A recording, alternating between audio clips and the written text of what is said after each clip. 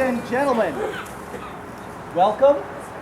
I'd like to encourage you to sit back, relax, maybe snuggle up with somebody you know. I was going to say to keep warm, but maybe you don't need that. It's plenty warm enough as it is out here.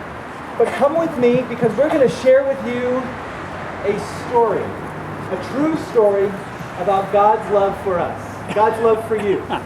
And this story began at the dawn of time and continues all the way up until today. But don't worry, we're not going to cover all that. Tonight, we're going to focus on one particular and very important part. We're going to focus on the part where God decided that He was going to come to earth and be one of us.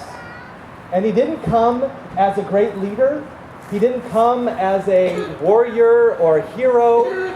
But God decided when He was going to come and be one of us, He was going to start the same way we do, as a little baby. Which kind of blows my mind. This just makes no sense to me. If I was God, that is not the way I would choose to do it. But at this point, I'm getting a little ahead of myself. So come with me to a time many centuries ago, to a little seemingly insignificant village called Bethlehem. Can you see it? Just over here we have the bakery. Maybe you can smell the fresh bread just coming out of the oven. Just down that way we have the home of the woman who weaves cloth for most of the people in the village. And way down this way, you might be able to see a light still on in the potter's shop. He tends to work a bit late. Now over here, of course, we have the local inn. It's very busy these days. You can probably hear all the hubbub going on inside. It's much quieter out here in the stable. But I tell you, it doesn't smell so good. Now over here, these are the plains on the outskirts of Bethlehem. It's where all the wild things are. Wolves, foxes, bears, and shepherds. Now behind me is the road that comes into Bethlehem from Nazareth. And if you look down the road, you might be able to see a young man and his fiancée who are even now making their way into Bethlehem. For you see, a decree has gone out from Caesar Augustus himself that all of those under the rule of the Roman Empire are needing to be taxed.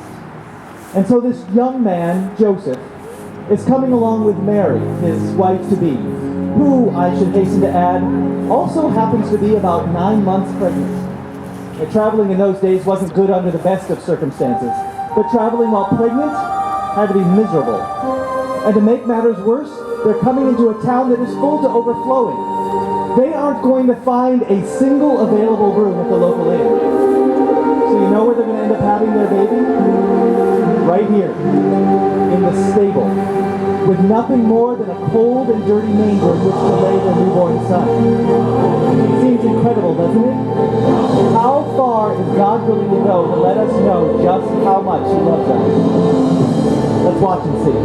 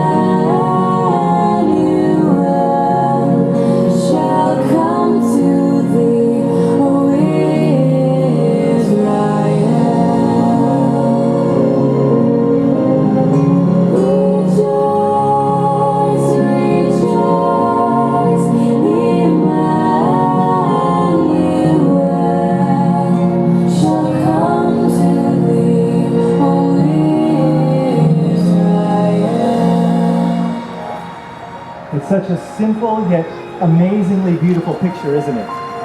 But wait, there's more.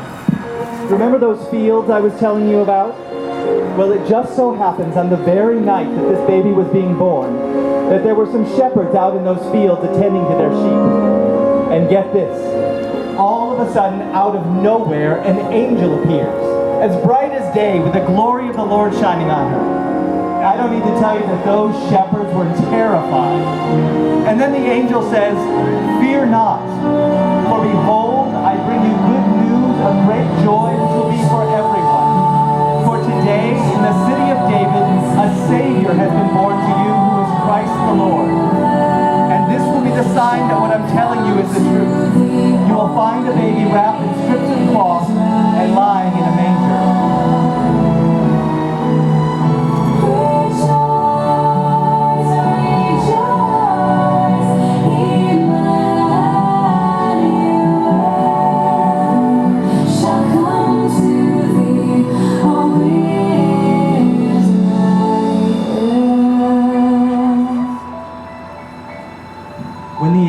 Returned to heaven, the shepherds decided to make their way into Bethlehem in order to find this new baby that the Lord had made known to them. They came following a new and brilliant star. They were so eager and excited with all that they had seen and heard that they couldn't help but share the good news with everyone they met along the way.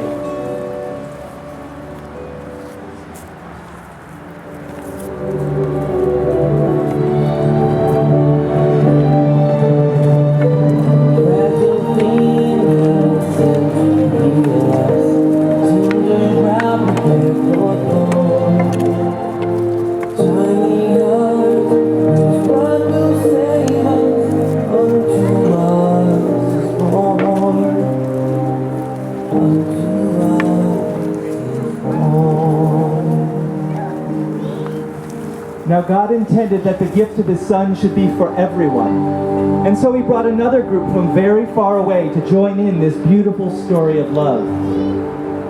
Wise men, traveling from the east, traveled many miles as they too followed the star. Perhaps you can see them as they rise up over the hill on their way into Bethlehem. They come seeking the King of the Jews, and they are bringing with them gifts of gold and frankincense and myrrh.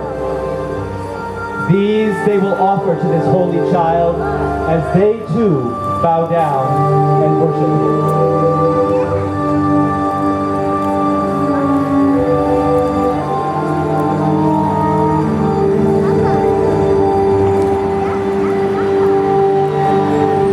Such worship for a baby? Ah, but this is no ordinary baby. This is Jesus, who is also called Emmanuel, which means God with us. God who left the beauty and majesty of heaven in order to become one of us, so that we would know just how much He loves us. This is a God truly worthy of my adoration.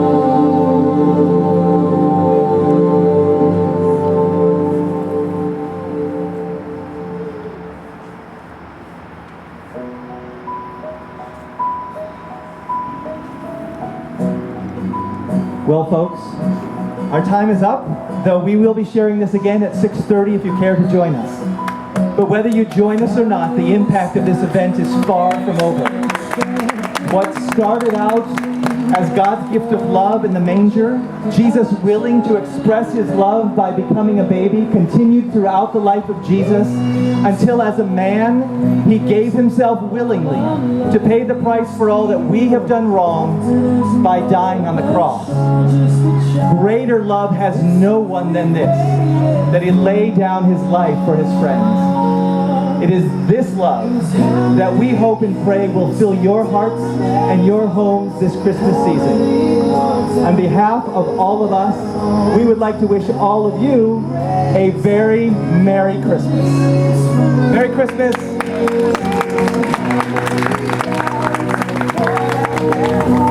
Good job,